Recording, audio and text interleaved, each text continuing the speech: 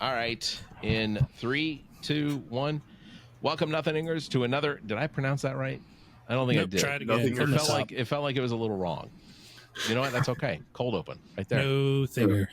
Hi, it's me from the Welcome to Wonderland podcast. Are you looking for the perfect blend of nostalgia and patriotism in your wardrobe? Look no further than ZJZ Designs, available now at zjzdesigns.com. Their exclusive t-shirt collection features stunning designs like the iconic Plymouth Barracuda print, taking you back to the golden era of muscle cars. Show your love for your country with their bold patriotic heart designs that stand out and make a statement. From car enthusiast to proud patriot, ZJZ Designs has something special just for you. Head to ZJZ Designs and elevate your style. Visit zjzdesigns.com or check the show notes. The All About Nothing podcast may have language and content that isn't appropriate for some. Listener discretion is advised. Welcome, Nothingers, to another episode of the All About Nothing podcast. This is episode number 212. I am Barrett Gruber. I'm Zach King. I'm Bill Frye. I was going to say, I think Bill should introduce himself. Let's do that one more time. We're going to do it one more time. I'm Barrett Gruber. I'm Barrett Bill Gruber. Frye. You want to derail a podcast? Ask people to introduce themselves during the recording. And yeah, exactly. I'm Barrett Gruber. I'm Zach King. Please subscribe and share the show. That's how we get new listeners. Also, if you could, please consider supporting the show financially by visiting our website and clicking on the support link at the top of the page. If you can't do that, please drop us a review, hit the 5 stars, give us a thumbs up, or leave a comment. All of that helps drive our show higher up in the ratings on all of these podcast platforms. Want to thank, of course, Sheriff Leon Lott for being on the show last week with us. Absolute pleasure. I'm Sheriff hoping, Coach Lott. Yeah, I'm hoping that we get to spend some more time with him here soon. I know he's very likely to get reelected. There's no reason to think he won't. And just outstanding individual. I think it was Zach. I thought one of the most interesting parts when I was doing the editing was the fact that he has only not been a sheriff for 2 years of your life. Yeah. And that was pretty cool. He's mentioned always been there. So when someone said sheriff, I'm like, Leon Lott. We talked about one of his former investigators, Scott Faust, who I bowl with every week. So I shared the part of the episode with him last night at bowling of the part where Sheriff Lott was talking about Scott, and that was he was delighted by that. That was pretty cool. Also want to thank John Kosas Jr., also the Columbia Fireflies. John Kosas, of course, media manager, social media manager, relations manager, whatever it is that John does. And congratulations to the Fireflies. They beat out all the minor league teams in their division or whatever it was for attendance, and AAA, I believe, for 8,000 some odd plus in attendance for that night. Yeah, this last week. Pretty crazy. Were you there? I was there Thursday night and Friday night, which was a really cool experience Thursday night because I got to throw out the first pitch. Yeah, congratulations! I saw that. That was How really fun was that? Just a bit outside. It was. So I explained that the reason it was a little bit outside was mostly because as a right-handed pitcher, you want to brush back the right-handers. I pitch better to lefties. That's just a fact. It's Did you get the ball? I did. It looked like he was trying to give it to you a little bit. Oh, really? Yeah. From me. Oh, there goes Zach's. There goes Zach's microphone. We'll have Zach join us back here in just a minute. We'll continue that as soon as he comes back. Yeah. Well. Hey, Zach. Yeah. We're back. Yeah, no, you saw nothing. You heard nothing. I did, that's right.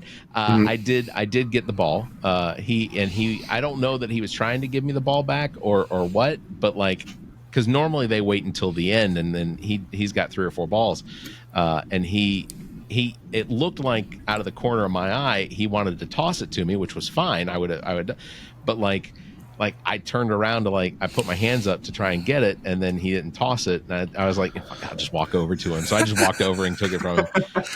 But the part of that was I got to meet Lenora Sellers, who is QB1 for South Carolina QB1. Gamecocks.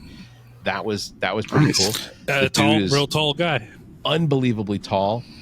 He was wearing glasses. I made a joke. I said, "Are you going to put in contacts for the football season?" He said, "Goggles." He's got the goggles, man. Yeah. He'll wear goggles. It's impressive when the dude with the goggles comes out and you're like, "What about?" And he's just throwing dimes. You're like, "All right, yeah." Don't question the gods. I went back and looked at some of his videos from like high school and stuff. He's target. Like, look at the 3 times they put him in last year. Touchdown. Like first or second play. Just that they put him in against Vanderbilt and he threw that like 75-yard pass or whatever it was for a touchdown. Coach Beamer had to apologize to Clark Lee, the head coach of Vanderbilt, saying, "We're not trying to run it up. He's a freshman who really wanted to score." Yeah, like I don't blame him. I don't blame him at all. The dude can ball. I'm curious as to how to go. I'm not optimistic, but I'm curious. Yeah, but it was a really cool experience getting to throw out the first pitch. So there were 4 of us that were throwing out the first pitches, and I got to throw out the first of the first ceremonial pitches. So that was really cool. A bunch of my coworkers were there that night to watch, even though after I did it, a lot of them admitted, "Oh, we didn't know what was going on," so they weren't paying any attention. Oh, that's nice. Thank you, coworkers. Yeah, but it was a really cool experience, and thank you, of course, John Kostas, Columbia Fireflies, for our Nothinger update that we do every week. That's brought to you exclusively here, and if you subscribe to the show, you don't have to be reminded that it's available, but it comes out like every Sunday morning. And they shouted out the podcast, which was nice. Yes, they did. Oh, cool. during right at the end of the Best of Columbia voting period. I'm sure the away team listened to it all the way home. Absolutely. Yeah, maybe. They might have. Let me make sure. That guy has a podcast? Put it in my playlist. I feel like at this point, half of the people in attendance of that game probably have podcasts. It seems like it's a pretty growing trend. Yeah, but they're not all awesome as ours. It's true. Did you have an Oh. inkling in your head at all to be like, I'm going to smoke this? I didn't find out until the afternoon of that day. And so I didn't really have an opportunity to warm Stop up. by Dick's, got a bucket of balls, started chunking it at the tree in the backyard. Yeah, didn't do that. Didn't do any of that. I literally had shut down. I was just about to shut down my computer to leave for the game when I got notified that it was going to be me, and I was like, "Oh, all right, good to know." No, man, that's you should have hit Dick's. Got the bucket of balls, yelled upstairs, be like, "Boy, you're catcher." Come on. That video I shared, actually, thanks again, John Kostas was the one that actually recorded that one. Ami actually recorded one from right behind home plate, so she's the one that recorded the one that she shared. But yeah, was she on the field or sticking it through the net? She was just in the net. Yeah, she was just off the field. Those cameraman skills were perfect. Yeah, she's talented. She's good. We need John back on, by the way. Yeah, I think what we're going to do is we're going to get at some point here soon. We're going to get Kostas and Brad, the president of the Fireflies, to come on. Brad seems excited at the idea of coming on. It might be towards the end of the season, because towards the end of the season is when he's probably more available, and that gets less out of, the Fireflies have enough promotion for themselves without us doing it. But for the stadium in general, they do a bunch of stuff, like they do Halloween and they do Christmas. So that's the kind of stuff I think that they're probably going to want to promote with us. So we'll get together with Brad and we'll get that all taken care of here coming up soon. Brad's a nice guy. Yeah, Brad's great. So this episode, obviously, we don't have a guest because we had some scheduling conflicts, and just to be completely open, it wasn't our fault. But we do have some exciting things coming up. I guess before we get into what is coming, I did want to at least. I've talked about Katrina Shealy on the podcast here. She is the state senator for my district, which is District 23 here in South Carolina. She had a runoff election with Carlisle Kennedy, and just saying the name Carlisle Kennedy in your mind, it's like an evil villain name. Yeah, you have really like it. Yeah, you have the ability to sort of visualize the type of person who would have been named Carlisle. Yeah, it came from a bad home. Yeah, and then he's a Kennedy, which I don't think he's a. I put a post up this morning. Not a true Kennedy. Well, I said he's a John N. Kennedy, not a Jack F. Kennedy. No, he's related to me in that long run. Yeah. is my favorite thing. Oh, sorry. Go ahead. No, you're good. Go ahead. I was going to say my favorite thing was driving around like the Lexington area and seeing him with the Trump endorsement things, and then the Trump administration wrote him was like, "We will give you a cease and desist. You cannot say that you were endorsed by Donald Trump." Oh, I didn't know that. Like that was literally so Katrina Shealy lost to Carlisle Kennedy last night, and it was, I would say it was probably about 3/5 of the turnout turned out for Carlisle Kennedy. I think part of that is why the reason why is because the likelihood is, I'm guessing, purely based on the fact that Carlisle Kennedy's name came before Katrina Shealy's, and I don't think a lot of people recognize who Katrina Shealy is for this community, for this district. And while she's a Republican, and I consider myself to be a social liberal and a progressive, I don't agree with everything she stands for or what her platform is. I don't agree with everything that the GOP, but I also don't agree with everything that the Democrats have going for them. Well, it sucks when a sycophant. Well, yeah, it's also when a sycophant gets owned by his idol. Yeah, but then to still win, it even kills his brain. That he's still like, I'm still onto something here. I hate that. In my post, I literally called him a frat boy collar popper. So, because that's the kind of person you think, Carlisle Kennedy. Oh yeah, I could point him out of a lineup, but I've never seen him. I'd be like, that one. He's boofing. He's boofing some beers. Ski. Yeah, boofing with ski. That's right. Yeah, his only platform basically, like when I looked him up, because when I looked him up, I was like, oh, maybe he's a little bit more moderate than some, but he's also I think one of my biggest issues was the fact that he was a he. He wasn't a woman, because Katrina Shealy was one of 4 or 5 women in very few that were left. South Carolina Senate, the sister senators is what they called themselves, and it was 2 Democrats, 2 Republicans, and an independent. And McLeod was an independent, but she was a Democrat. She switched to being an independent, but still Congressed with, I guess Congress might be the right word, but she's still oh shoot, I know what the word is. Caucus. Yeah. She caucused with the Democrats, but that's now 2 women, and I think I'm not sure if it's true, but I think I read that all of the sister senators they wound up either because McLeod resigned, or she's this was her last term. But the good news is, outside of McLeod, that the individual that did win the Senate seat was one of Brock's people. Overture Walker was the guy that Brock introduced us to during that episode as being his pick, and he did win his runoff. So congratulations to Overture. Did you guys see the psychopath running who had a boat by the dam? And I don't even know his name because their brains don't work too well. And when the boat's going, that's where the sun sets. So the sign was just bled through by light. And I could tell it was a political sign because it was the same one I passed that they had like teenagers spinning like a used cell phone repair shop or something. He kept doing it all the way, and I was like, I don't remember your name just because of the show that was going on.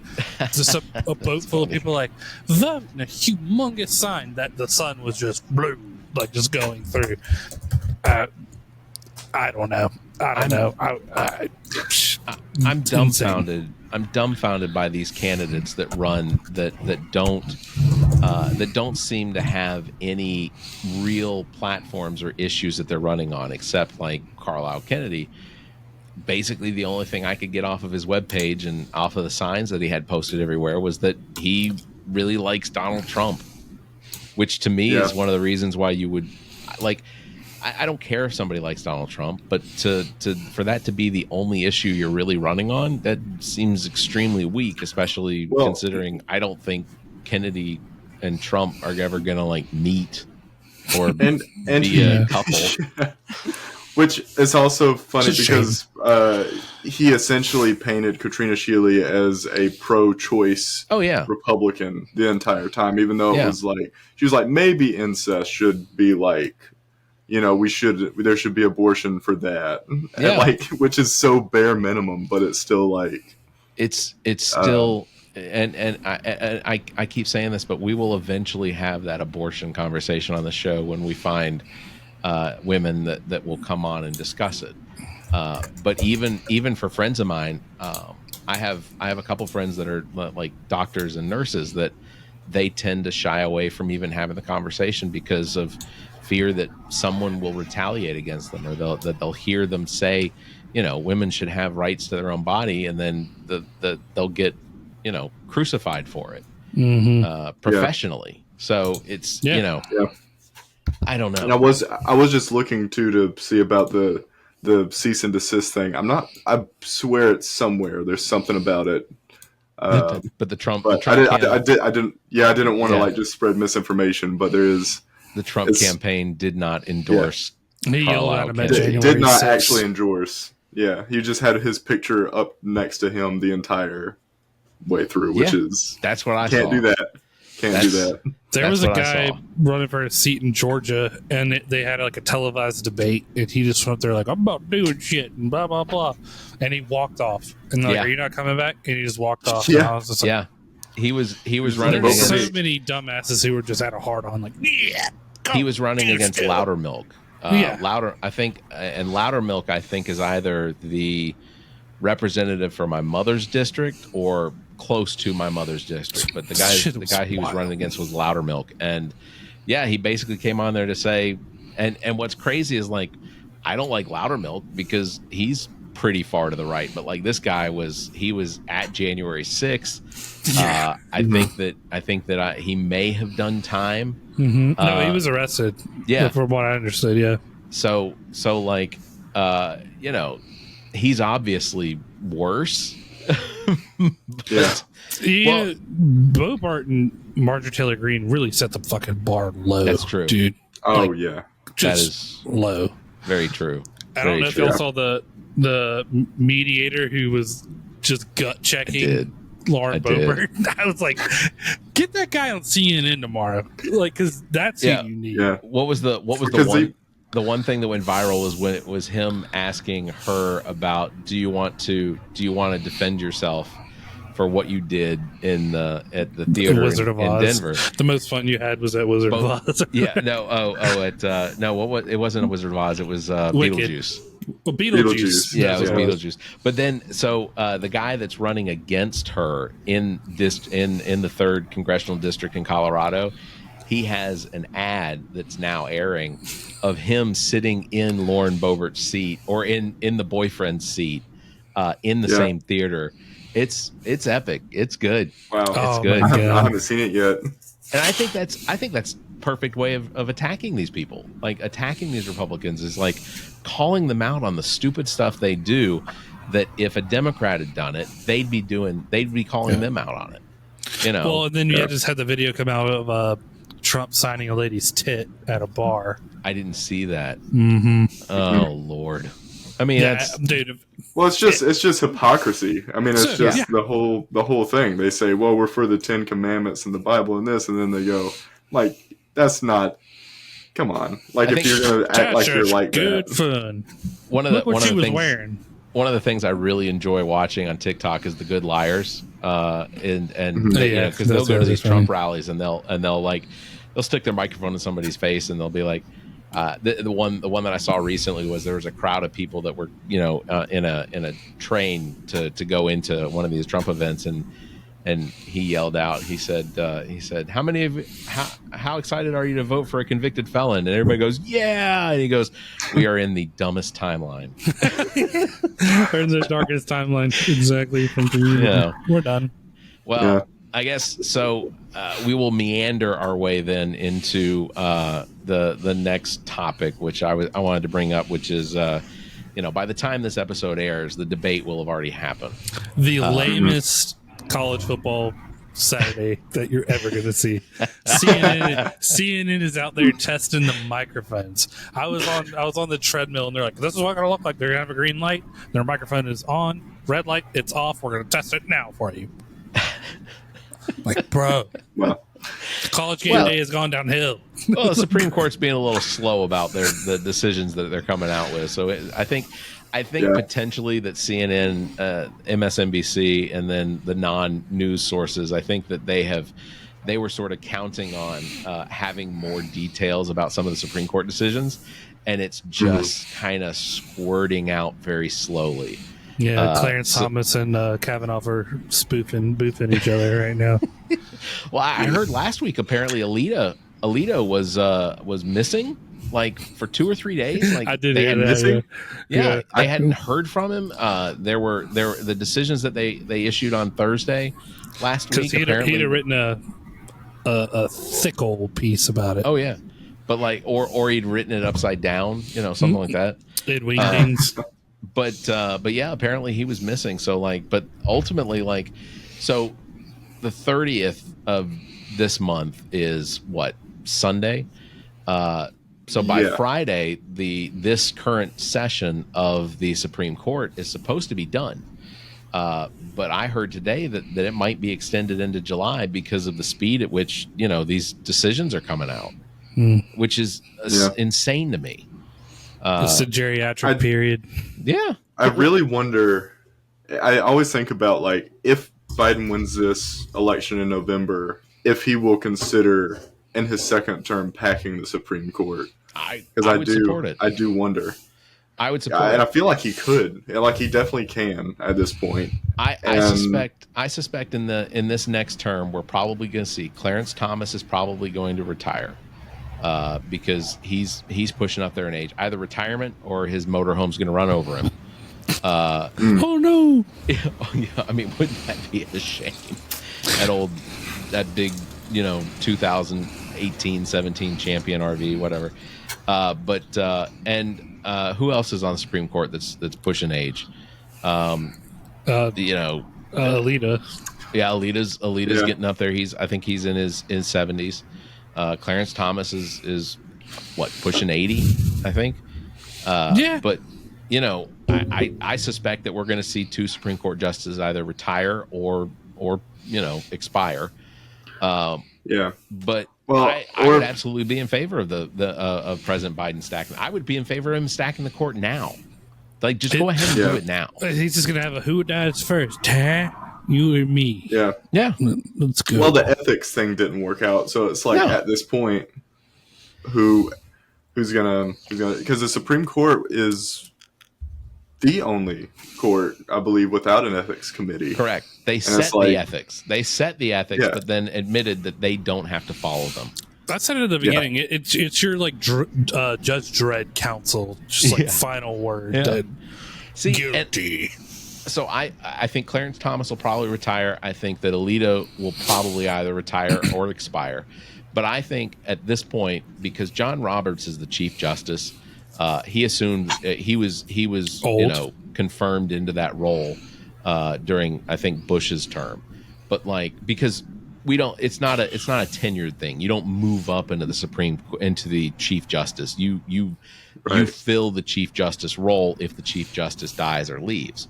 But in my opinion, I think it's time for Chief Justice Roberts to leave, because everything that's going on is under his watch, and all of these ethics violations, the fact that Roe versus Wade was overturned, despite the fact that every single individual on the Supreme Court all admitted that that abortion was the law of the land, that Roe versus Wade was the law of the land. Lied, yeah. They and that's on Roberts for not holding them in check. He absolutely should have, but he's a coward. He is, in fact, and a coward. There were so many things for years before that we could have made it into law. We could have already done Obama this. could have Democrats done it. had the ability. Yeah. They had the ability to do it, and they never did it. Ruth Bader Ginsburg did many good things. It was a terrible decision for her not to back down, and she stayed on. When Obama was president, she should have. I appreciate everything she did, but I ultimately think that her greatest fumble was the fact that she didn't retire during Obama's term. Well, you can't blame her either. Like, you can. Don't get me wrong, but like, she had to go through some shit to muster even getting where she got. As a trendsetter, and I hate it. And like you said, there were so many opportunities for them to fix this and stamp it into law, to ratify it, be done. This is it. And as soon as it wasn't, fucking Trump stacked it, got done with it, and just here we are forever. I think death. I think one of the things we need to remember, though, is that because of the filibuster in the Senate, even if the House had written and passed a law, which they could have done, that would have legalized abortions across the land, I think that it would have been difficult to get it through the Senate just because of the filibuster. I think, but if the Democrats manage to pull enough seats and get enough support, it's time to get rid of the filibuster. It's not constitutionally necessary. I see that there is, there have been times where the filibuster has benefited one party or the other, but essentially right now it's basically just a roadblock that allows the minority, whether it's the Democrats or the Republicans, it allows the minority to control what shows up on the floor. And that's creating the biggest problem. Like in the House, under the 1 or 2 seat majority that the House Republicans have right now, that's their flat tire. That's their failing. It's worked on the state level before, and it worked for Tennessee for the abortion rights way back in the day. I cannot remember that woman's name who held that filibuster, and it was amazing. And then the sister senators here in South Carolina, they held a filibuster last year to try and prevent the abortion bill from being voted in the Senate, the state Senate.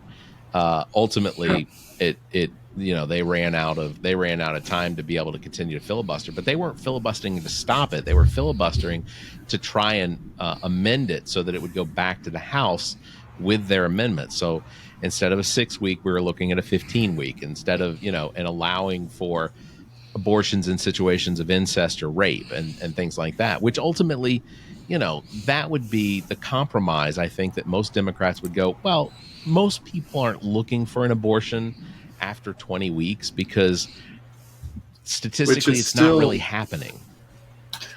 Yeah, and even something like that, I hate to even think of a compromise on it because it's still,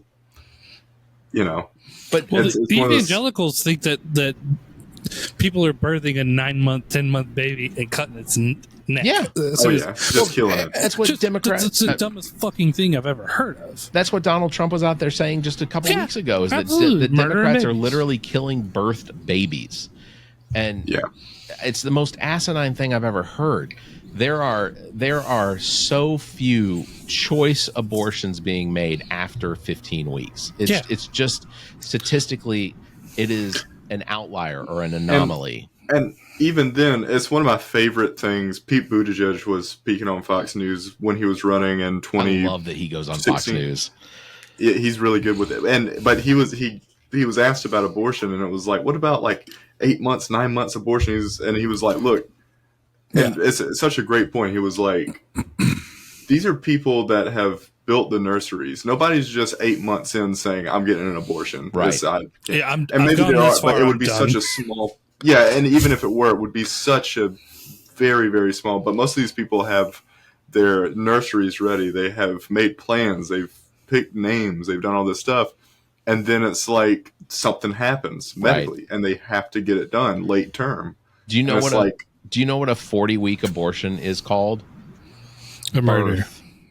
Oh, well, you're talking about 40. A 40-week abortion is called we did talk about that. It is technically, Arrest that doctor. Birthing babies all the time. It's just so asinine, the whole conversation. And I want to talk about the debate tomorrow. But I also real quick want to mention the whole state of Louisiana now signing into law that every classroom from kindergarten through, I want to say, did they say college? I can't imagine college working like that. But I didn't see college, but, if it's public, grade, then I'm sure 12th grade. Let me rage. What did they pass? It's we'll have a poster size 10 Commandments. Like the 10 Commandments will be poster size in every single classroom. And I was trying to explain to somebody because they asked me, it said, you know, doesn't it upset you that they're going to put the 10 Commandments in every classroom? And I said, here's the reality. And I said, I don't want this to come across like I don't think it's not important. It obviously is, because it's in front of our children's faces. But here's my thing. Three matter. Yeah, that's right. Essentially, the first 4 or 5 are basically just God's ego, right? I mean, Yep. Thou shalt not make or there shall not images. be graven images, no God before me. You know, all the stupid bullshit that basically just, it's God saying, you know, look at me. That's essentially all it is. But I was trying to explain why I didn't think that this was that big of a deal, and why Democrats and liberals and atheists should basically just look at it and go, oh, that's nice, you all were able to accomplish something, good for you. But I think that they did it just to trigger. I think it was basically something that they did, and they'll try and do in other states, is it's basically just something to try and piss off liberals. And it's like, just don't let it bother you, because it's not like any of these teachers. I'd be the kid ripping that fucking thing down but it's day. not like any of these liberal teachers are going to be going, look, thou shalt not covet thy neighbor's house. No one said how it had the big. Maybe it's this big. It's like just. No, it's got to be like 36. It's got to be poster size. Shop posters like AC Delco. You're just like, no. Yeah. And also, like, I'm not as concerned because we talked about this last week. As soon as they do that, what they've done is they opened the door for every other religion constitutionally to have to come in and do stuff.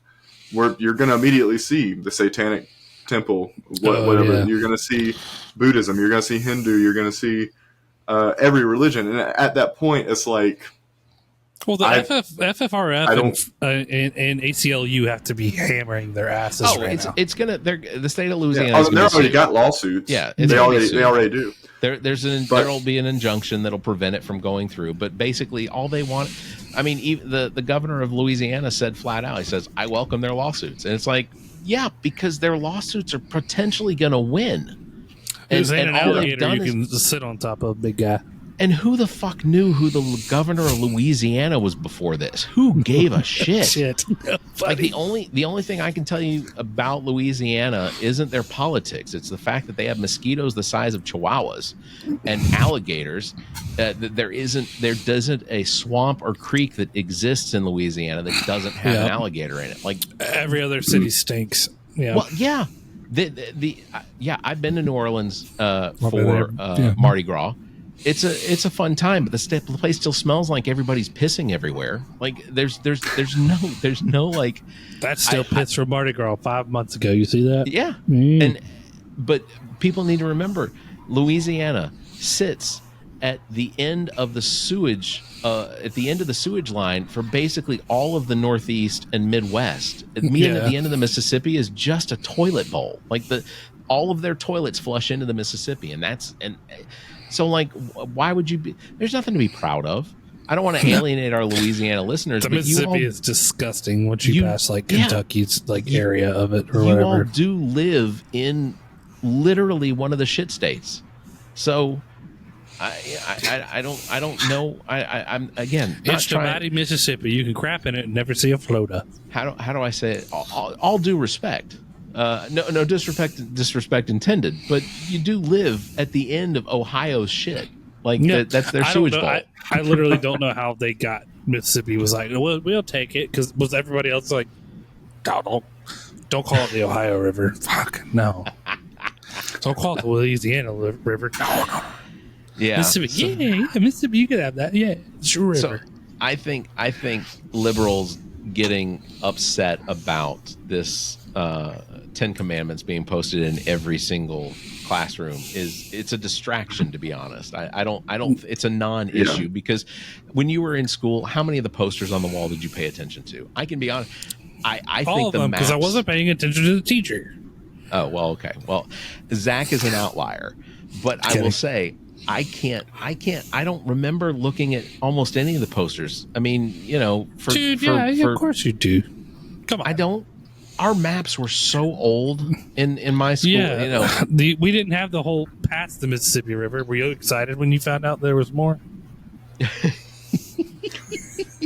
I don't know. I like St. Louis is a nice city. Memphis I'll tell you this right much. on the Mississippi.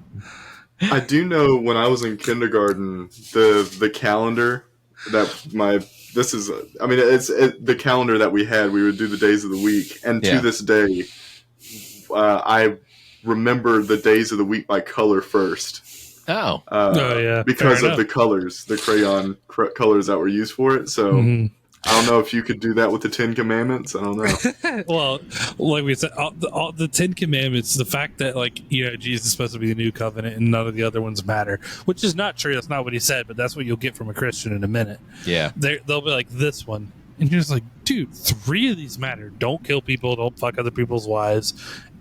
And the third, don't lie, maybe, was it? The rest are like graven images. Don't like thou shalt not. It's basically do not lie is what it is. These are work on Sunday, get killed, kind of like old. It's the dumbest. It's the dumbest. You want to talk about hell to die on? It literally really is like you're saying, Barrett. Like just put it out there. It's like because people are going to be mad. Watch them get mad. And waste taxpayer money trying to defend it when the ACLU or the FFRF are going to come and get you. It's and now you're going to have such Satan in your schools. So you brought that. It's such a non-issue. It's such a non-issue, and it's like it's triggering people to be upset about something that ultimately it bothers me more that the people are triggered than what the state of Louisiana did. Like, yes, but you give them an inch, they take a mile. Congratulations, state of Louisiana. Your education, you're still ranked 47th in the country in education. I'm more concerned that the kids aren't going to be able to read it. I'm fine with it if they put it right next to Zeus and Poseidon. It's if I was a teacher, I'd be like, it goes right in the mythology section. Well, you mentioned the fact that it opens the door for other religions to start saying, "Oh, well, if you're going to put the 10 Commandments, then we need Vishnu. We need a poster of Vishnu up there. Or we need a poster Vishnu, of the Quran." And is that bad? No, I don't. Like at that point, it's like I couldn't care any less. If it's like, all inclusive, but they had to make a law for their dumb shit that they still believe. Yes, they think this is real. So juxtapose it with everything else and put it there, like. Zeus. I look at it brought this fire. way. You guys never knew that. And then there was a psychopath who was talking about golden calves, and he went up to a mountain and God carved that in there. He had nothing else better to do, but it was a good time. Yeah, we still believe that. Yeah. But I look at it as if these other religions, I don't think they care. Like there may be representation of those religions that'll be like, oh, well, they get to do it. We should get to do it too. But that is just going to turn into more of a battle. That's just going to get more headlines, and it's like this isn't important. It's utter disrespect. It's so fucking disrespectful, and that's the intent. That is fundamentally their intent. It's not about trying to educate kids. It's not about trying to. It's not trying to do anything but alienate everyone else. And right now, I think for like the number one quote unquote religious group of individuals in this country is people that don't claim any sort of religious affiliation. Like fastest growing. It's the fastest growing, and I think it overtook Christianity already. So like Christianity was somewhere in like saying 37 or 38% and shit. The Gen Z is saving us right now, being like, I don't fucking think that. That sounds crazy. It feels crazy. It feels fucking crazy because you're like you don't see any of this shit. Like I when I was saying you give them minutes, you give them a mile, they would do more. The Ellen Weaver would do more if she had more power. She would do more. Like indoctrination would be the thing, and she would hold us back. So just like you're like, well, this isn't so bad. Oh fuck! Now I have a 3-year-old. I want her to go to preschool. South Carolina's preschools are all like Methodist this or religious that. Oh man, you learned your ABCs and you learned to count and divide and whatever. But now you think that somebody had a boat and loaded every fucking tool of every animal on the earth on it. Like that's a loss in my book. You learn to count, but at what cost? I agree. 2 by 2. I agree. Like I'm not wrong about that. That's just an insane thing to fucking think. And it's already enough. We already had enough. What if we did something else? Why is that the basis of it? I don't know. Good question. It's ridiculous. Yeah. Well, you Google secular school, you're almost on the dark web in South Carolina. You're like, oh God. Yeah. Well, we managed to digress from the debate all the way into religious standing in public education system, but still political. It's what's valid. happening. Yeah. The people who are winning are people supporting this kind of stuff. Yeah. Yeah. It's insane. If in the state of California they decided that they wanted to post the Satan's creed or satanic creed or something, I don't even know if that exists. But if they decided that was what they wanted to do, and it's a lot better than the. I'll tell you, it probably has nothing to do with evil, right? I assume it probably has nothing to do with evil.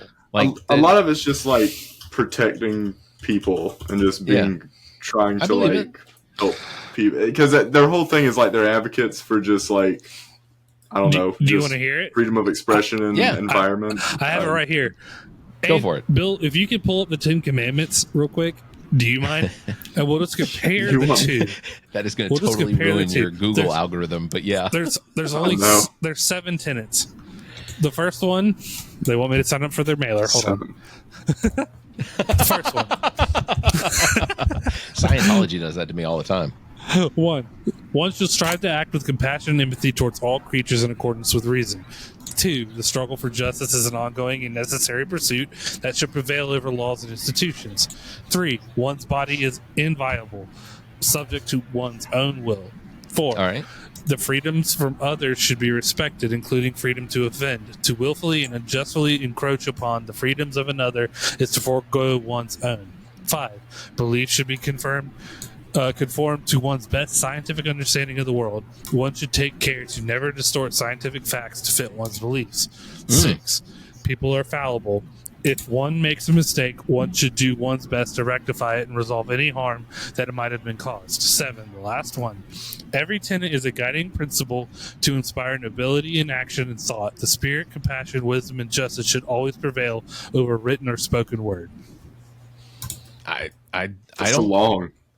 don't have any issue with any of those. It's only 7. We got 10 that are about to be full of it. and let's count the number ones at the beginning. I think it's either 4 or 5 of the the first 4 or 5 are basically they're just essentially hold God's ego in place. Yeah. Well, the first 4 is you shall have no other gods before me. Yeah. You shall make no idols. You shall not take the name of the Lord your God in vain, and keep the Sabbath day holy. Yeah. The others would be honor your father and mother. You're going to do that anyway. You're going to do that anyway, but doesn't count. Some people have shitty fathers and mothers. Yeah, that's true. You shall not commit adultery. You shall not steal. Yeah. You shall not bear false witness against your neighbor, and then you shall not covet. Yeah, don't lie. That essentially. You shall not covet, which is essentially, that is jealous. Well, also just a little bit of just pure capitalism, right? Greedy, the whole thing is, I see you have a good Yeti microphone. I'm gonna buy one too. Yeah. But don't ignore your human instincts on that one. I think bottom line, it's all fine. It's just you just shouldn't push it in public schools because it's a lose-lose. The Christians that want to have the 10 Commandments are immediately opening the door to immediately next to the 10 Commandments a large image of Satan. I'm like, Christians need to be careful. Yeah, basically, if you're differently, if your concerns are that your publicly funded education system are not providing the type of moral education, which I think you'd get in trouble if you kicked Timmy in the knee. You'd get in trouble if you stole Timmy's apple. Obviously these are weak scenarios, but there is already a fundamental foundation for teaching those morals that they think that the Ten Commandments are going to provide for people or kids. But it's not gonna work out the way they think it is. In fact, I saw a study that said that children that were introduced to like a harsh, hard, firm Christianity-based education at a very young age were more likely to leave that religion or join an alternate religion or move out of that particular Protestant group or whatever. Like, they were more likely to leave Christianity than they were to stay in it as adults. And I think ultimately it's bringing about their own downfall, because when you're forcing someone into this idea, specifically because there's a poster on the wall that said, an 80-year-old man climbed a mountain and spoke to a voice in the sky, you're already taking away the fact. You're building out this magic idea that we already know magic doesn't exist. It's not a real thing. Nobody has superpowers. It's not, not in this universe. It's not it. No. It's not real. It'd be awesome. Yeah, of course. Yeah. Well, also the fact that, I mean, again, like, I'm not even, it's fundamentalism, which is the scary thing, right? That's the scariest bit of it, is because it's trying to say these things are literal and things that, and they cherry pick it a lot too, but they say these things are literal facts and it's disprovable, which also pushes away many potential people that would convert to Christianity or even be identify as Christians. Which is a whole or just fundamentalism in religion generally. I mean, fundamentalist Islam is, I mean, very similar. It's at that point you get Sharia law, which is and their Christian equivalents, like your Westboro Baptist Church, and then your other people who would take it even farther, like Waco, Texas.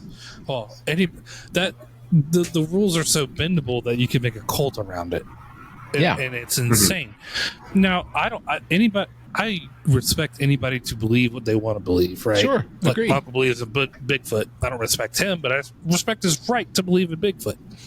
It's that kind of thing, as long as you're not doing any danger to anybody. But eventually you'll radicalize people, whether it's Islam, Christianity, Judaism, anything. It's just the ones you're seeing are usually the two when it comes to, they're both Abrahamic religions, when it's Islam and Christianity. And you're like, guys, if you just would shut the fuck up about telling people who don't want to listen to it about it, you wouldn't have people to kill. Just do your thing. Agreed. Do your thing. No one's going like, hey, stop that over there. Go do it. Well, you're never going to find me at a Catholic school and go like, you should knock this off. Yeah. Go ahead. That's what you want to do. Go ahead. Just don't bring it to where the wall of separation from church and state is. I don't care what people believe, as long as they're not trying to make me believe the same thing. Exactly. And they're not trying to make other people believe the same thing. I mean, that's one of the things I have the biggest issue with this whole MAGA thing, is that most of these people, they don't have their own foundation of beliefs because they've been told what to believe most of their lives. So they're so easily trained and brainwashed. Same playbook. Yeah, it's exactly the same playbook. I mean, literally, we have people out there promoting Donald Trump as though he's the Messiah. And it's like, if your Messiah is the individual that's had countless affairs, he himself, this Messiah that you're worshiping, essentially. And I know Marjorie Taylor Greene came out, we don't worship Donald Trump. We just, you Democrats worshipped, individuals. George Floyd. That was her big one. She was the Democrats were worshiping George Floyd, and it was like, well, no, they weren't. He just happened to be the symbol of a movement of the felon police comparison aggression that she made. Well, they worship a felon. I was like, one got killed and one's trying to run for president. Also, I don't think she was correct. I don't think George. I don't think he was a felon, was he? I think maybe a couple misdemeanors, but like. I think he a was felon. I don't know. Yeah, I don't know about think felon. he was a felon. Well, either way, okay. So this is going to be the hardest segue ever. So we're just going to jerk the wheel to the left. We wanted to talk about let me preface this by saying one of the things that I hate about news and our news organizations and things like that is that 90% of what our Fox News, CNN, MSNBC, these news organizations do isn't news reporting, it's speculation. So we're going to do some speculating. So we're dipping the devil's juice. That's right. That's right.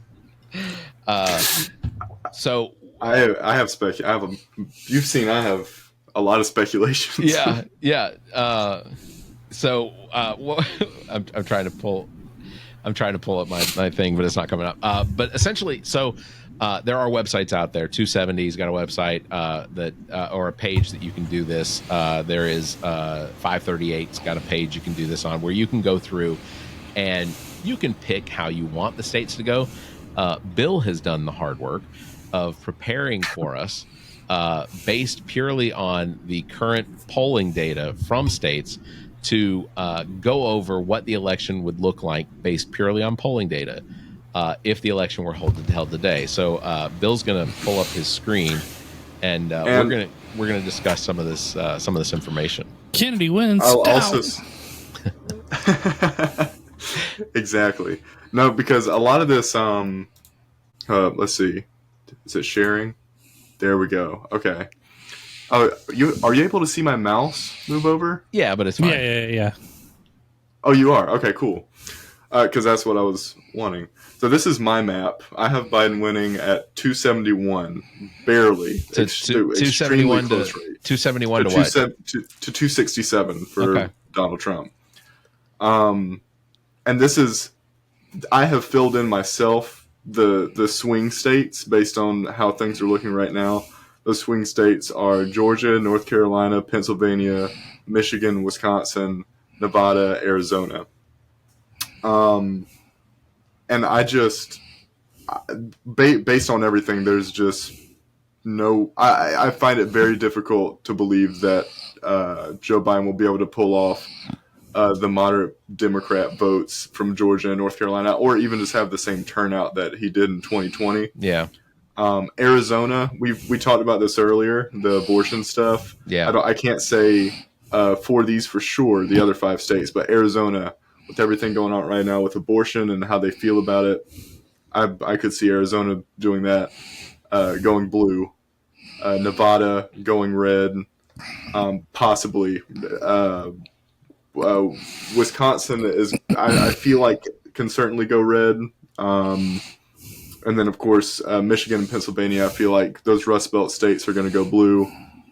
And that's what I've got now, based on how everything would look. Yeah. And that's based purely on the polling data that is out, most current polling data in all of the states and historical. Right. I think this is really, really good. Yeah, and this is what I have. Again, like, you could say the 6 swing states are honestly toss-ups. I mean, that's how close it is, though, which is very scary for Democrats right now. Because you could argue that Pennsylvania is just purely toss-up. Like, my bias is saying that it's going to go blue. And as to who could win the election, well, first, what are your thoughts? So North Carolina will go red. I guarantee you think North Carolina is definitely going to go red? Mm-hmm. Yeah. I would probably switch it to likely now that I'm looking at it, even, like, because right now those are leans because I put the margins in there. Again, I don't know if Georgia could do it again, but Wisconsin is iffy. Like you have, like I'm all aboard there. Yeah. So, and I think I've either discussed this on the podcast or discussed this with you guys. A lot of the polling data is based on surveys that are done either over the phone or done through text message.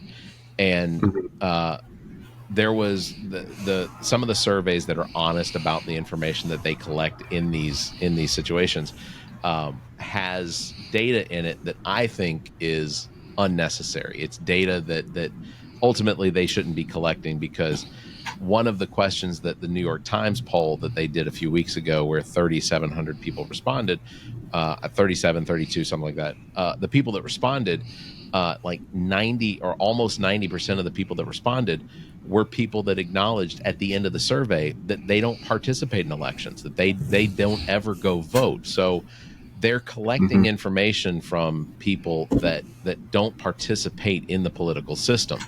And that should be the first question, in my opinion, is if you're going to call somebody up and do a survey with them for political polling reasons, you ask them, hey, when was the last election you voted in?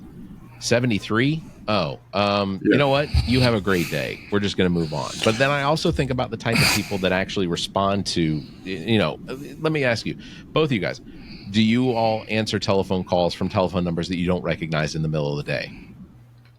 No.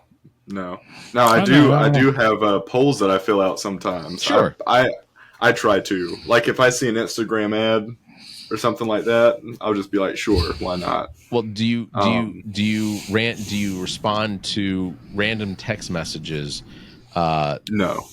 So ultimately, I think the people that are responding to a lot of these polls currently are individuals that don't have anything else going on and look forward to the idea of talking to a stranger.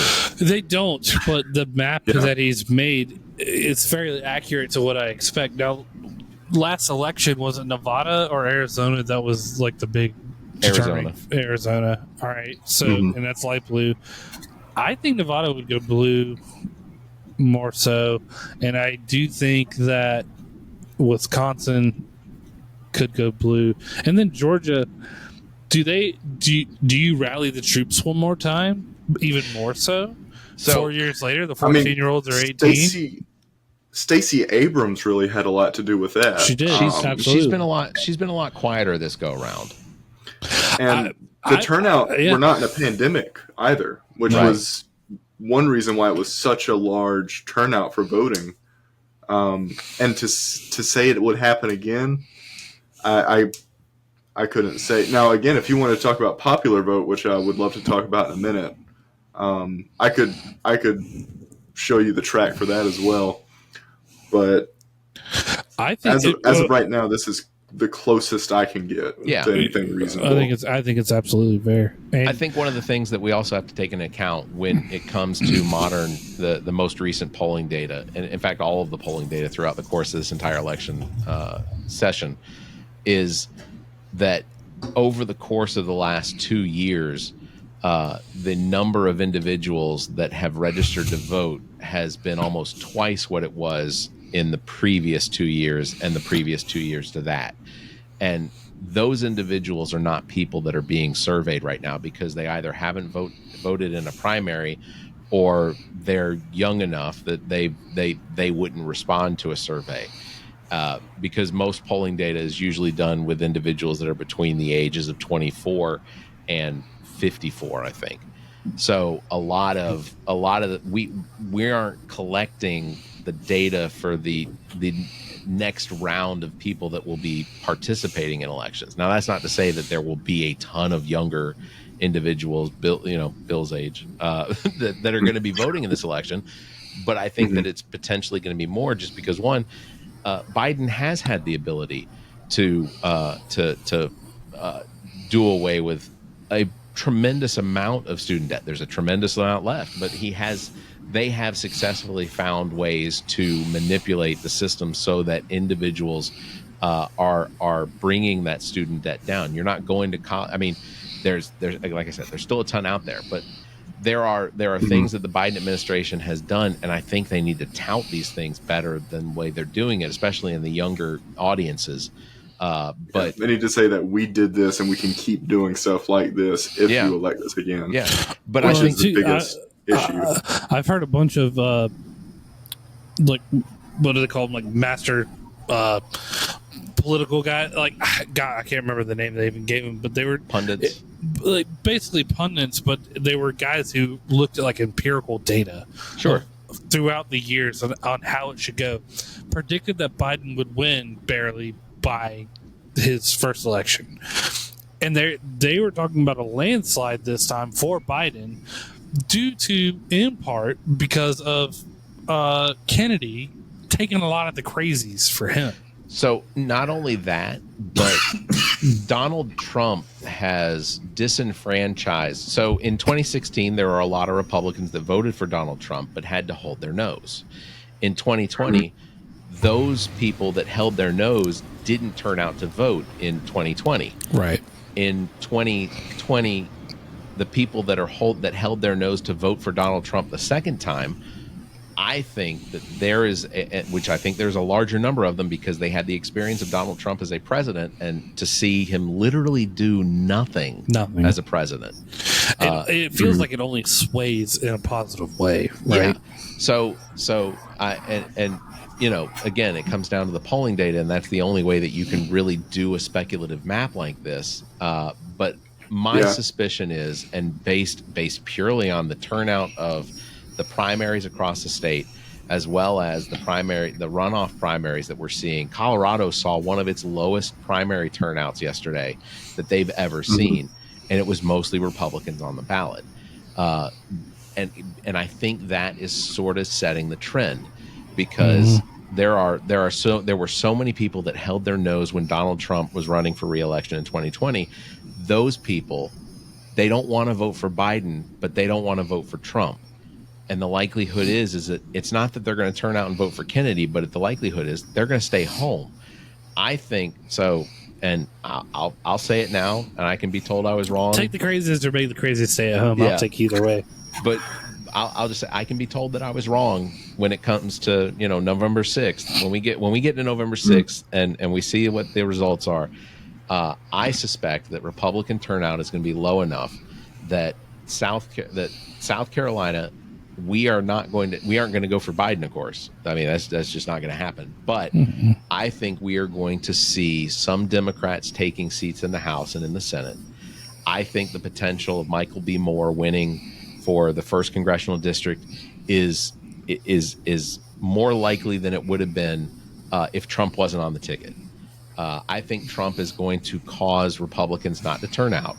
And I'll just say right now, I think that the Electoral College is going to swing for Biden somewhere between the 215 to between the 315 and the 330 range. So I think, which ultimately in this day and age has to be that you have to look at that as a landslide. It's so funny think that would be what they want. Well, I think in best case scenario, that's what Democrats want to see. Yeah. I personally don't see that happening. I think that if Democrats did really good and did everything they could win Wisconsin. They could probably pull off Nevada, and which would put him at, what would that be, 288? And I would even say throw in North Carolina if you were going to say best case scenario. I still personally don't see that happening based on what's happening. Sure. Based on the everything, data. But it's possible, right? That is a possibility. Yeah. And I can tell you, and we can even segue into how I think, based on Alan Lichtman's, we should probably let's talk about that too. So Alan Lichtman, of course, is a guy that basically has predicted almost all of the, all the way back into the 1800s, based on this idea that there are, how many points? It's 12 points? 13 keys. 13 keys to the White House. And if he's been on Fox News, he's been on CNN, he's been on MSNBC, and it's an incredible thing that he does. So I'm gonna let Bill take that away, because I don't know all. I could potentially go through all of them. It has to do with the economy. It has to do with, is he charismatic, that sort of thing. So Bill. No. So it's and again, just to be clear, my brother really got me into Alan Lichtman. I've been binging all of his stuff lately, just going back and seeing who this guy is, and essentially, and he's predicted a lot of elections, but it is purely popular vote based. Yeah. Which, of course, with Al Gore versus Bush in 2000, that is also a debatable prediction. He still debates it to this day. Yeah. Which is interesting, but I'll go ahead and switch. I'll stop sharing this one and share, let's see, 13 Keys to the White House, and we can go over it super fast.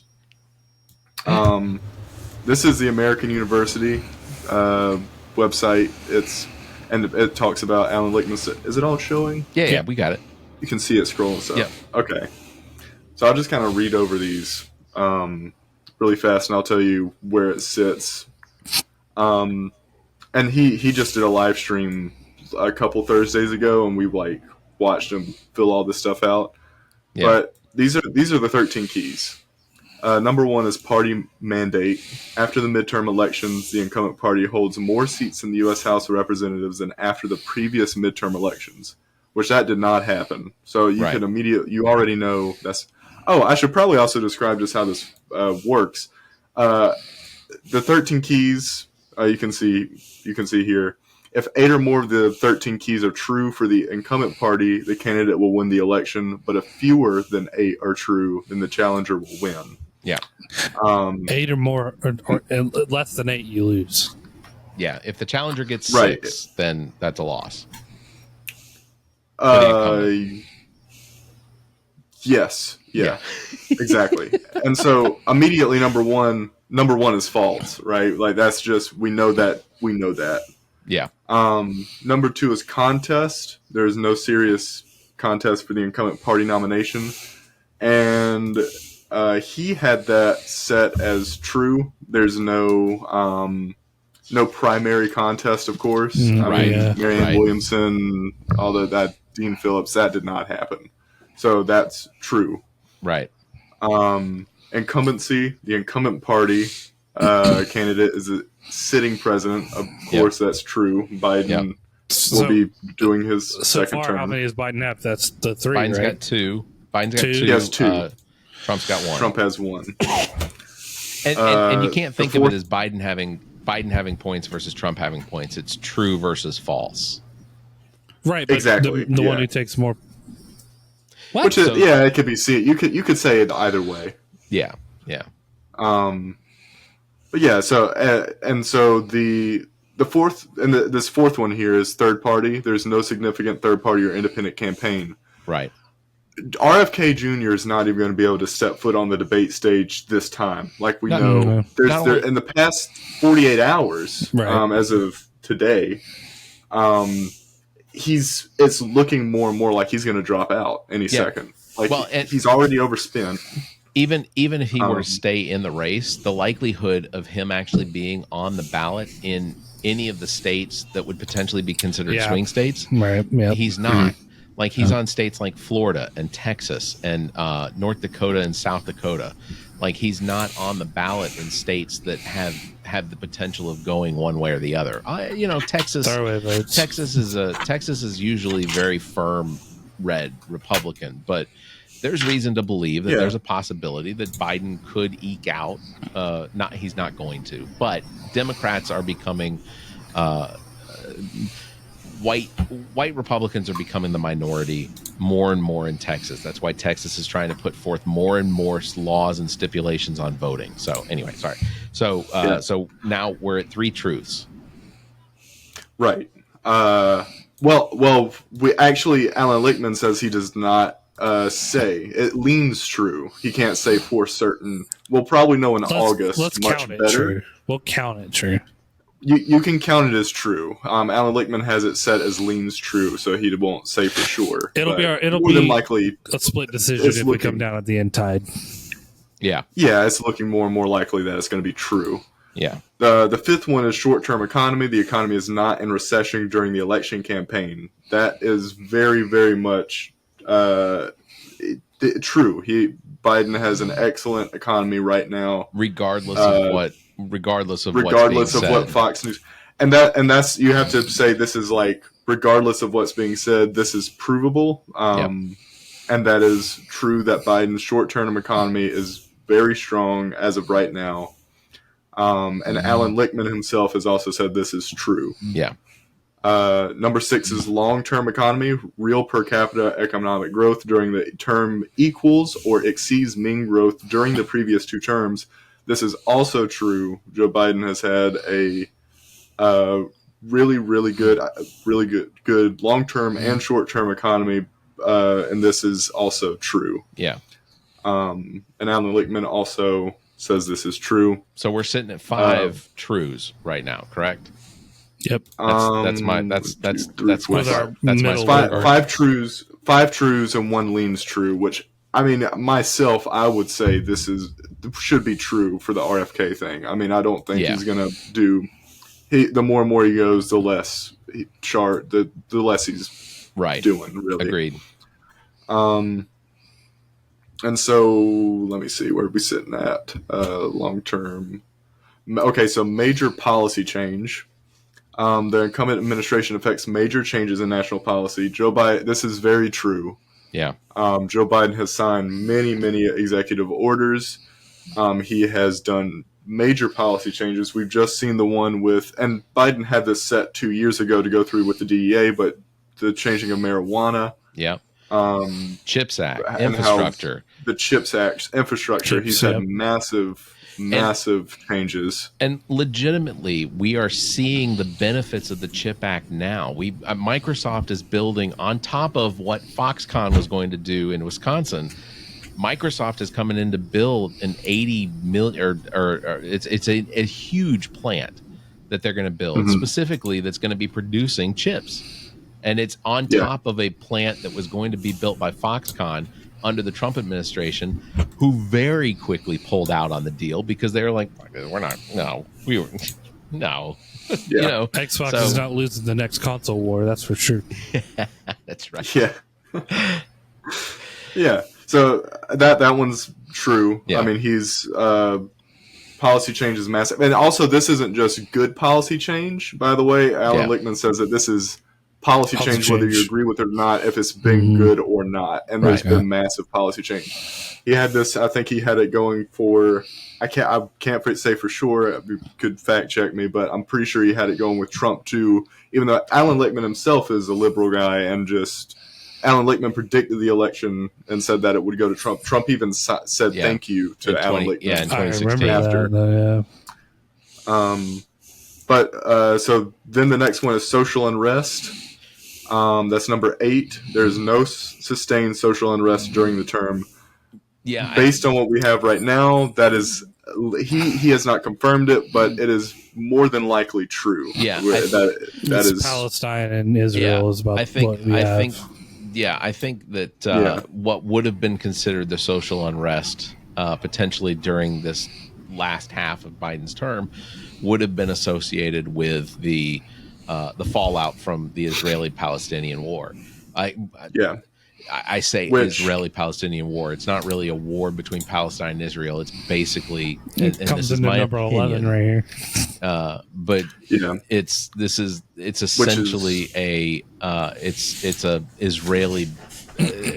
Israeli eradication of the Palestinians. I know that they're doing it under the gauze that they're trying to eradicate Hezbollah, but I'm not an Israeli. I have no Jewish that 3-year-old blood in over me. there yelled at something anti-Semitic. It's but I know we had situations at some of the campuses towards the end of the last semester where I don't think those situations were handled very well. I think that because Fox News was out, and I know I deviate from what we're doing, but Fox News was out there saying this was a very well organized protest across hundreds of schools across the country, and yada yada yada. Because if you look, they're all buying the same tent. John Stewart came out there and was like, "Fuck that noise! Look, if you search cheap tent on Amazon, it is the exact same tent that it's a $34 tent." Yada. I mean, like. He outlined it exactly as to why revert to the first hour of this podcast organized. why this is ridiculous. Yeah, exactly. Go back, listen to the first half. Yeah. So, and it is like which there is also, we'll get to the military stuff Yeah. too. The next one I would like to point out is scandal. The incumbent administration, and this has got to be said very clearly, that it has to be Biden himself. Joe Biden, the man Joe Biden, has had a scandal. So that's a false. With the Hunter Biden stuff, you could talk about Hunter Biden all day. Hunter Biden is not Joe Biden. Yeah. And you cannot say that Joe Biden himself has had a scandal. And at this very moment, that is very true. Even if you are a conspiracy theorist and you think about the cocaine thing or whatever in the White House, there's nothing on Joe Biden. Right. I said false because I agree with nothing. you, but I said false because I think of it the inverse. False, he doesn't have one. Right. True that there is not a scandal. True, That there's is not a Gotcha. scandal. So just so everyone knows, that's 8. That's the 8 that Biden needs to be We're not done. reelected. We got 2 more. Technically 6, based on Alan Lichtman, the man himself. Oh, I see. That made it says that 2 of these only lean true, and the only ones that leans true are the no third party and the major policy, or the no social unrest. Those leans true. That's fair. We can say here like what we think based on what we've seen. I'm pretty sure those are going to be locked in true very soon. He's probably going to slowly, in August we'll know by for sure, and that's 8. Number 13 is amazing. That's 6. how Obama won. That had to have been a true for when Obama won. Yeah. Well, false for uncharismatic, right? But I thought it was for being... false. Yeah, false. It's a weird... The wording is weird. Challenging party candidate is not charismatic. Okay. So that would have been false. The other Obama was charismatic and... Yeah, and I'll show you in a second too. The next one that we should focus on is the foreign military failure. The incumbent administration suffers no major failure in foreign or military affairs. That is very much false. Yeah. You have the stuff that happened, the pullout of Iraq earlier. You had Afghanistan. I mean, sorry, got that mixed up. One of those. And then Israel, Palestine. Yeah, I think. Yeah, and I was going to say, it's very false. There was a big military failure. Yeah, I think the unfortunate thing about the Afghanistan thing was that Biden only basically upheld the agreement that Trump had already made, that the Afghanistan, that we were going to pull our troops out by a certain date, and Biden followed. And I'll be honest, there was never going to be any good way to pull out of Afghanistan ever. No. I mean, ever. Yeah. You know, it was either we invest in rebuilding Afghanistan completely, but we everyone who made that decision and understood from Trump to Biden letting it go is like ISIS is going to come right in. Yeah, that was a known fact. But you know, and I know I deviated, but if you look back at it, I mean, Trump literally had a sit down with the heads of the Taliban at Camp David in the United States. He had these criminals in the United States where these agreements were made with them, and Biden basically said, we have to get our troops out of it. It sucked the way we did it, but it was always going to suck. It didn't matter who was president. But yes, a failure nonetheless. And Alan Lichtman would say that this leans false, but it was a failure. I mean, it's been a failure. In my view, we would mark this down as a false from what I've seen. Yeah. And with the foreign military success, the incumbent administration achieves a major success in foreign or military affairs. Alan Lichtman has this leaning false. I do not see this thing with Israel-Palestine ending before November. No. There's just no way. And I would also agree with Alan Lichtman that this would lean false, and I would just go ahead and mark it down as false. Yeah. If it were me. I don't like the way these numbers are going. Yeah, towards the end here. The incumbent party candidate is charismatic or a national hero. No. This is false. Yeah. Joe Biden is not a charismatic incumbent. He is not a national hero. I think it's great. Yeah. You can say, and you can. Stick Knife Pete, we came out here. We were playing hopscotch right there in Scranton. It's like, Jesus Christ. Which to, because I mean, you can say you like the guy and all this and that, and there's people that would say, but we're talking about like essentially like a Ronald Reagan-esque character. Like, again, like you can hate Ronald Reagan, but Obama's. You're Obama's. In 2008, he had Obama marked as charismatic.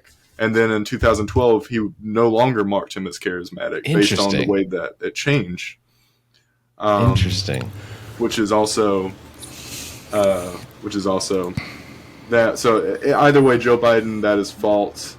Uncharismatic challenger, which would mean that the challenging party candidate is not charismatic or a national hero. That's so. This is, of course, true for Biden. Donald Trump is not that. Which at the very yeah. I think that there's a bunch of people with red hats who go, "He's the best. He's so charming." Yeah, but realistically across the nation, and this is based on being real. This is not being biased. This is on being real. So we're now 7-6. He's the equivalent when you forgot you were listening to loud music and get back in your car and then turn on your car and you're like, turn it down. So truths we have 1, 2, 3, 4, 5, 6, 7 versus 1, 2 falses. Which falses count though? But we had 2 leaning truths. 2, 3, 4. 4. 4 falses? Let me see. 4 falses, possible. 2 of which are leaning false, and then 2 of which are leaning true. So say hypothetically that we just locked it in. All of these, we have 1, 2, 3, 4 falses, and 1, 2, 3, 4, 5, 6, 7, 8, 9 trues. Yeah. Which would mean that Joe Biden will win the popular vote across the nation. Not the Electoral College, but the popular vote across the nation. All right, we're gonna lock that in. How many votes do you think Joe Biden will get? Like, just over under. What's the Joe Biden vote count based on the number of people we think might turn out? Less than he did in 2020, for sure. I can tell you that, but also Trump. I'm thinking that Biden's going to get somewhere in the 77 to 78 million range. I think that's about 5. That's 3 million, 4 million less than he got in 2020. You're thinking 82 million? Oh, that's how many he got. All the felony shit. I'm 87. It was 87 to 82, something like that, right? I think that's what it was. I take it back. I think Biden's going to get somewhere in the 84 million range. I think that Democrats are going to turn out less than they did in 2020, but I think Trump will probably walk away with somewhere in the 60 millions. I see your 84 to take you up to 86. 86. All right. Biden won 81 million votes in 2020. Okay. I still with 86. So I think he's getting. I would say that there would have to be a significant drop for both Biden and Trump. I think there will be too, for that matter. I think people are just so disenfranchised altogether. I'm dropping it to between 72 and 75 million. Okay. Here, I'll wild card it. I'm going to give him the same amount, and he wins with 81. Okay. All right. Okay. Zach's in there for 81 million. I'm going to say 77 million, and you said 76. Bill, I'm just say 73. Yeah, 73 million. I think Trump's going to be in the mid to high 60s. I think that's where he'll land. So that's reasonable, I would say. Yeah. And that's also giving the American voters saying that there's still going to be a large turnout for that amount, which it could be even less. I could even see it going. I mean, and we're talking about scale, but for Biden dropping into the 60s millions and Trump going into the 50s. I mean, yeah. But I still do very much believe that Joe Biden is going to win the popular vote. And of course, as you saw by my map, my opinion is that Joe Biden is going to be a tight election, and that Biden wins with 271. Well, I'll just say this to wrap it up. I believe we're going to need a landslide for there to be any sort of peace. I think that a close election means a very fought election. Chuck Lindell any reasons to make videos again. He's going to do it. I mean, he's going to do it. Now, a lot of this, of course, hinges on, is Trump going to potentially have to actually serve any sort of time that's coming up in July? We'll find that out.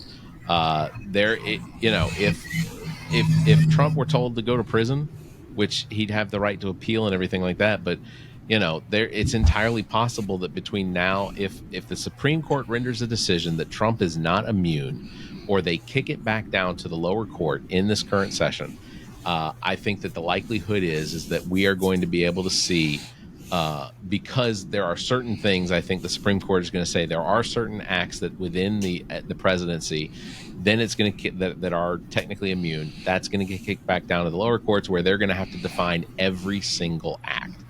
That's going to slow it down. But if the Supreme Court comes back and they say that the president is not technically immune from unofficial acts in the White House, that if they render that decision and say that's final, unless Congress actually makes laws specific to it or there's a constitutional amendment, I think the Supreme Court is probably going to do the right thing, and they're going to say that no, President Trump was not immune from unofficial acts while president. And then I think that we will at least start the January 6th Washington, D.C. trial before the election, because I think September 10th is the date that they have on it, which means I think so. For the last month of the election, President Trump, former President Trump, ex-President Trump, whatever, he will be sitting in a courtroom in D.C., and it's going to be televised. The whole thing is going to be televised. That is going to be detrimental to his supporters. I think that's what's going to draw his numbers further down and Republicans further down across all of the states. I think that's why we will see that Democrats will control the Senate and they will pick up a few seats. I think that the House, the Democrats are going to take the House and they're going to control some seats. So they're going to get some extra seats, maybe in the 15 to 20 range. But Democrats are definitely taking the House. I still see it as being I could see it going as a 50-50 split in the Senate. And if, again, Joe Biden wins, then that would give Democrats a majority. Well, here's the good news. We're not going to have Joe Manchin out there to fuck things up. We're not going to have Kristen Sinema out there to fuck things up anymore. With a 51 over 50 vote with the vice president's vote counting, we could get rid of the filibuster. And then we could actually see some progress. So that's the best outcome, and I think we can all agree, is that Donald Trump gets locked in the mirror dimension with fucking General Zod, and we're done with it. And shoot him off into space. Here. I'm going to give you a little. There's a. There he goes. There he goes. First bell ring of the night. There you go. So I don't know if you've seen it, Bill, but there was a Superman back in the 70s, and that's what they did with bad guys. I didn't watch it. It's a classic. Christopher Reeves did like 5 Superman movies. Nobody else has 5 Superman movies under the belt. Number 3 with Richard Pryor, and it was amazing. People shit on it, but don't listen to it. Very true. That is very true. All right, guys, that's gonna wrap it up for this episode. Oh yeah, I've loved it. Thanks for letting me give me a whole a presentation. I'm gonna have to give my brother credit for telling me about a lot of this stuff, because he's also really good with election things. No, outstanding job. And tell your brother, please. Yeah. You know what? Just for that, does he have any social media or whatnot you want to shout out? Maybe he'll pick up some few followers. He does. My phone is my camera, so I have to. Oh, we'll put it in the show notes. We'll put it in the show notes. Yeah. There you go. We'll put it in the show notes. That is going to wrap it up for episode number 212. This is the All About Nothing podcast. Thank you very much, Bill. Thank you very much, Zach. Thank you, Bill. Thank you, Barrett. Links to past episodes, podcast platforms, and merchandise and social media, all available on our webpage, theallaboutnothing.com. And if you think our financial model of giving away free content and entertainment is silly, and you're in the giving mood, or if you just have a lot of judgment, why not become an official Nothinger by supporting the show monthly? Members get early access to this episode as well as exclusive content, or you can make a one-time donation using the same link. If you'd like to be a part of the show, you can call us, leave us a message, 803-672-0533, or you can email the show at theallaboutnothing.com, or you can join our Discord server. Links available at theallaboutnothing.com. Again, thank you, Bill, for all of that. Thank you, Zach, again. Thank you, Bill. You all stay safe, be kind, and... You keep your hands to yourself. It's the golden rule. Put that in your classroom. That would be outstanding. We don't need giant posters. We could just manuscript it up on the walls. Keep your hands to yourself. -AAN.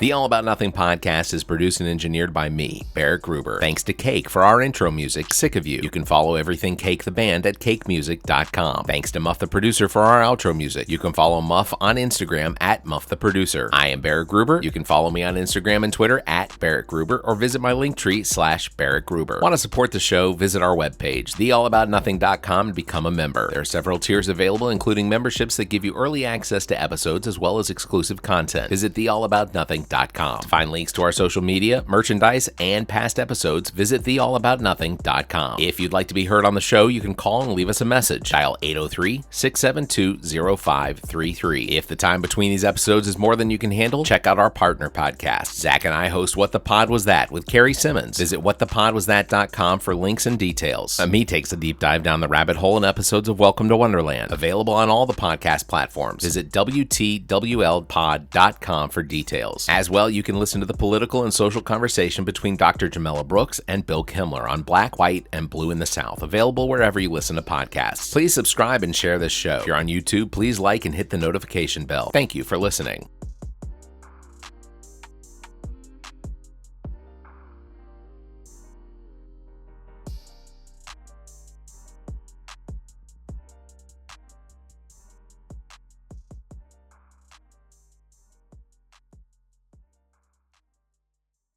The preceding podcast is a product of Big Media and copyright 2024, all rights reserved.